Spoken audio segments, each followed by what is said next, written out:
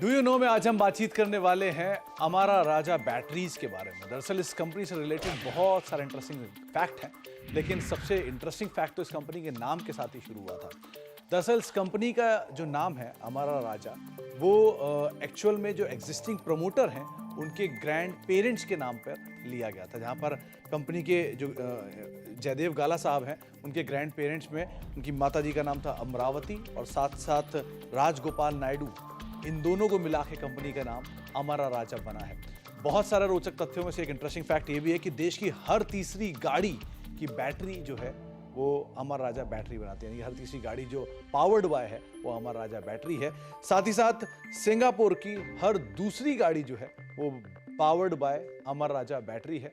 इसके अलावा कुछ और इंटरेस्टिंग फैक्ट्स में, एक देश का सबसे मजबूत और सबसे बढ़िया टैंक अर्जुन टैंक, इसकी भी बैटरी अमर राजा की तरफ से ही प्रोवाइड किया जाती है। और अमर राजा बैटरी का ना केवल ऑटोमोबाइल में कामकाज है, बल्कि रेलवेज, डिफेंस, टेलीकॉम जैसे कई सारे और सेक्टर हैं जिस पे कंपनी का भी कामकाज है। तो कई सारे रडार्स के लिए भी कंपनी बैटरीज प्रोवाइड कराती है।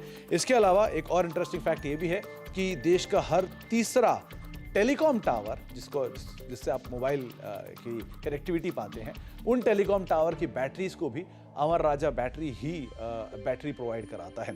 साथ ही साथ अमर राजा बैटरी ना केवल गाड़ियों के लिए, ऑटोमोबाइल के लिए, नेटवर्क्स के लिए, रेडार्स के लिए, टेलीकॉम के लिए, रेलवेज के लिए बैटरीज प्रोवाइड कराता है, बल्कि कुछ इंटरेस्टिंग फैक्ट में ये भी एक फैक्ट है कि अमर राजा बैटरी ताजमहल के लिए, अगर ताजमहल की जो बैटरीज हैं उनको भी अमर राजा बैटरी ही प्रोवाइड कराता है। ये वर्ल्ड के 7 वंडर्स में से एक वंडर है जिसको अमर राजा बैटरी प्रोवाइड करता है, फिर पावर सर्विसेज प्रोवाइड कराता है।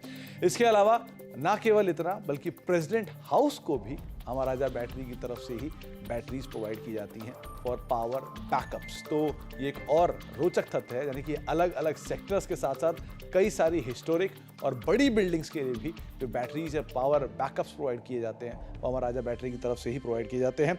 और साथ ही साथ एक और इंटरेस्टिंग फैक्ट ये भी है कि ये कंपनी बैटरीज के अंदर मौजूद है, पावर सर्विसेज के अंदर मौजूद है, टेलीकॉम, डिफेंस, रेलवेज, ऑटोमोबाइल के साथ साथ ये कंपनी जूस के कारोबार के अंदर भी है।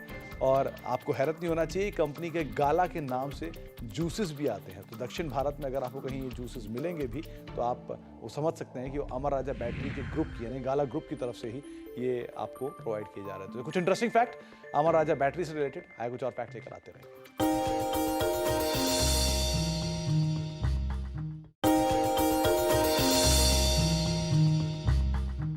डू यू नो में आज हम बातचीत करने वाले हैं दुनिया की सबसे बड़ी कंपनियों में शुमार एप्पल की। दरअसल एप्पल, जो कि हर घर में जाना हुआ नाम है, उससे रिलेटेड कुछ इंटरेस्टिंग फैक्ट्स आपके सामने रखते हैं।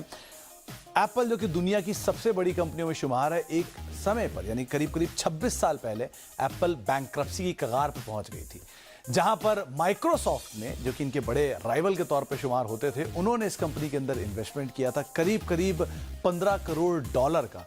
और उस इन्वेस्टमेंट के बाद से एप्पल की जो स्टोरी है वहां पर रिवाइवल आता हुआ दिखाई पड़ा।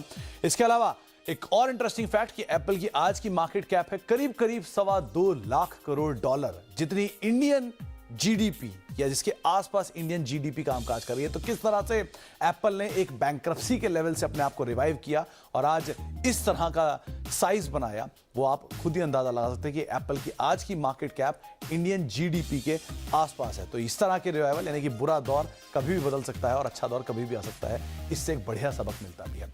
ये कुछ इंटरेस्टिंग फैक्ट जो कि एप्पल से रिलेटेड है। कुछ और फैक्ट भी आपके लिए लेकर आते हैं।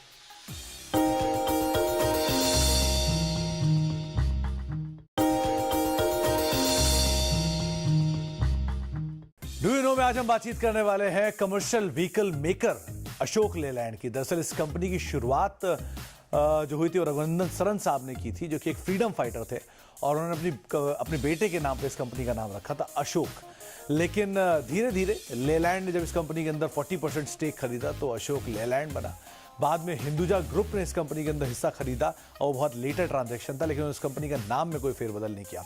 इनफैक्ट एक इंटरेस्टिंग फैक्ट ये भी है कि किसी भी हिंदुजा ग्रुप की तरफ से पहला इंडियन एक्विजिशन अगर उन्होंने कोई किया था तो वो अशोक लेलैंड का ही था, जो कि उन्होंने एक्विजिशन किया था। कुछ और इंटरेस्टिंग फैक्ट्स की अगर बात की जाए तो एक इंटरेस्टिंग फैक्ट ये भी है कि पहली इंडिजीनियसली असेंबल्ड ऑस्टिन जो है वो अशोक लेलैंड की तरफ से बनाई गई थी और साथ ही साथ देश में चलने वाली पहली डबल डेकर बस टाइटन की शुरुआत भी अशोक लेलैंड की तरफ से ही की गई थी।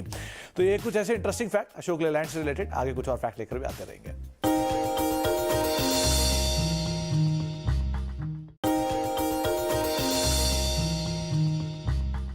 डू यू नो में आज हम बातचीत करेंगे एफएमसीजी जायंट डाबर के बारे में। दरअसल डाबर का जो नाम है वो देवनागरी से डॉक्टर बर्मन से डिराइव किया गया, जो कंपनी के ओनर थे एसके बर्मन साहब।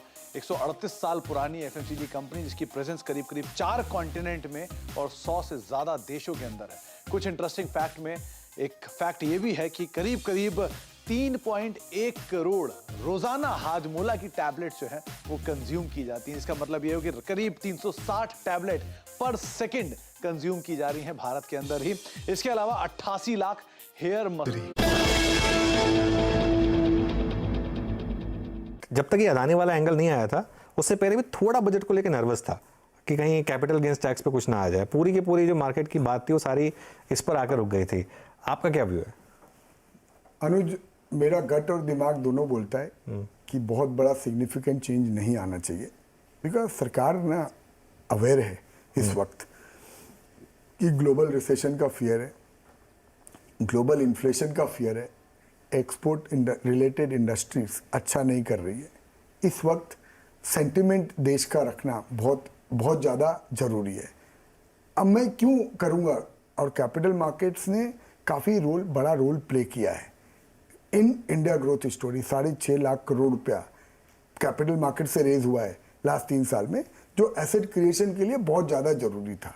तो मुझे लगता है, और स्पेसिफिकली अभी सेंटिमेंट वापस इतना ज़्यादा स्पॉइल हो गया लास्ट कपल ऑफ डेज में, यहाँ पे जाके अब कुछ एकदम अनटूवर्ड कर देना कैपिटल गेन में। अगर आपने ये इंटरव्यू मेरा 2 हफ्ता पहले किया होता तो मैंने भी आपको बोला होता कि अनुज ये हो सकता है, बिल्कुल, लेकिन है पक्का।